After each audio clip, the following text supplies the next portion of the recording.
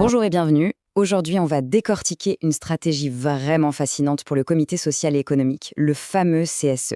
L'idée, c'est de voir comment il peut transformer son rôle dans la sécurité au travail. Mais attention, pas par la confrontation, non, par une approche beaucoup plus fine, une approche qu'on appelle l'aïkido social. Alors, commençons par une question qui, l'air de rien, change tout. Et si le CSE, au lieu d'être un simple spectateur des décisions, devenait le véritable moteur de la prévention dans l'entreprise? Franchement, ça change complètement la donne, non? Mais alors, cette aïkido social, qu'est-ce que c'est au juste? Eh bien, c'est plus qu'une technique, c'est une philosophie. L'idée est simple.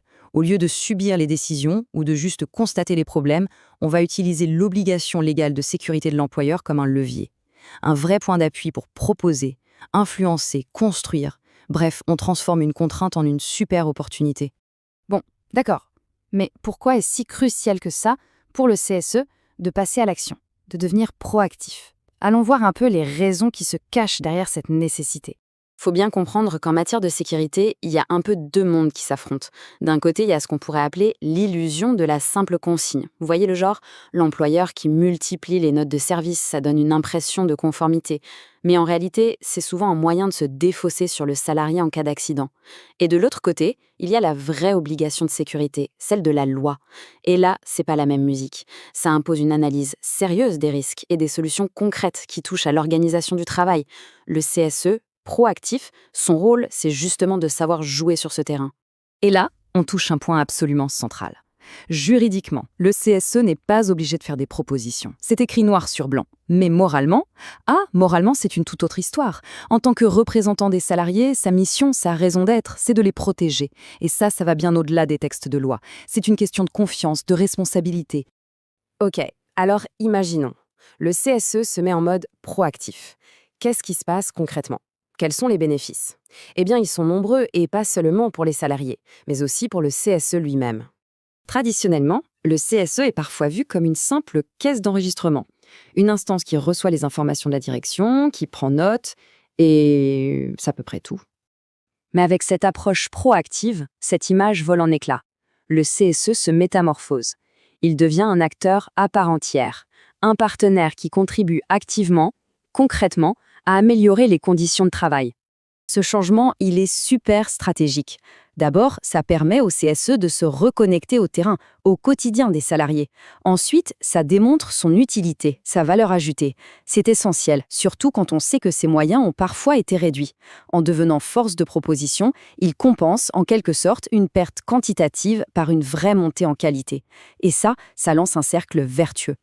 Et le plus intéressant, c'est que ça ne s'arrête pas au CSE.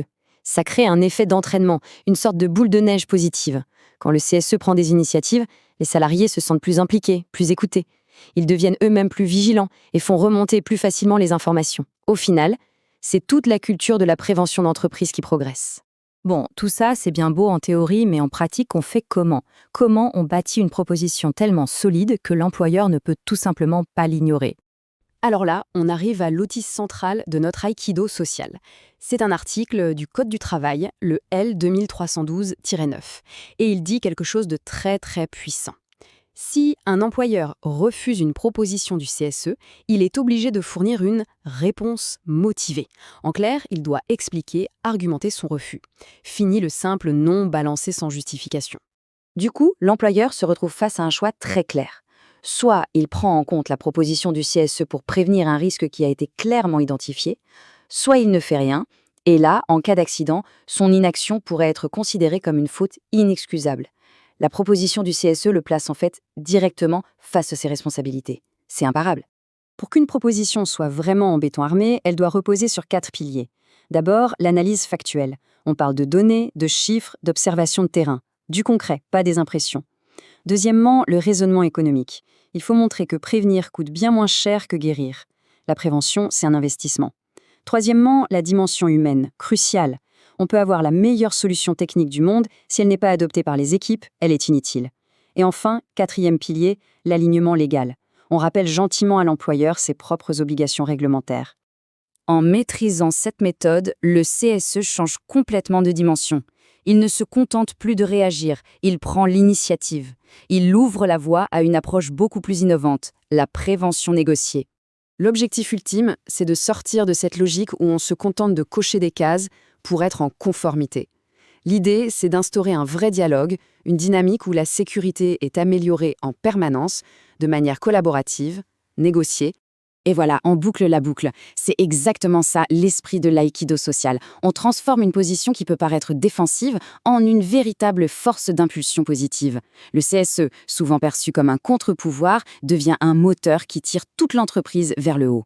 Et tout ça, finalement, ça nous amène à nous poser une question plus large, une question de fond.